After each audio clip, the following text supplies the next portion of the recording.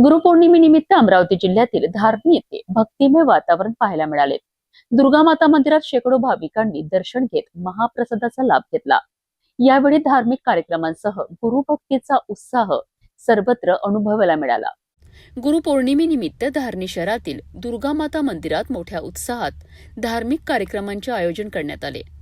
दरवर्षीप्रमाणे यंदाही अमरावती जिल्ह्यासह परिसरातील शेकडो भाविकांनी मंदिरात उपस्थित राहून देवीचे दर्शन घेतलेत आणि महाप्रसादाचा लाभ घेतला।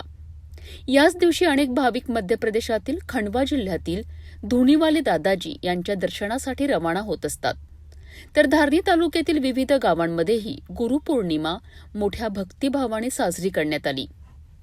धारणी येथील दुर्गामाता मंदिर परिसरासह पेट्रोल पंपासमोरील ठिकाणी आयोजित महाप्रसाद कार्यक्रमात लाला महाराज जोशी, अशोक भागवत मित्रमंडळ, अनिल मालवीय, धीनू धनेलवार आणि नीरज मालवीय यांच्यासह अनेक मान्यवर आणि भाविक उपस्थित होते।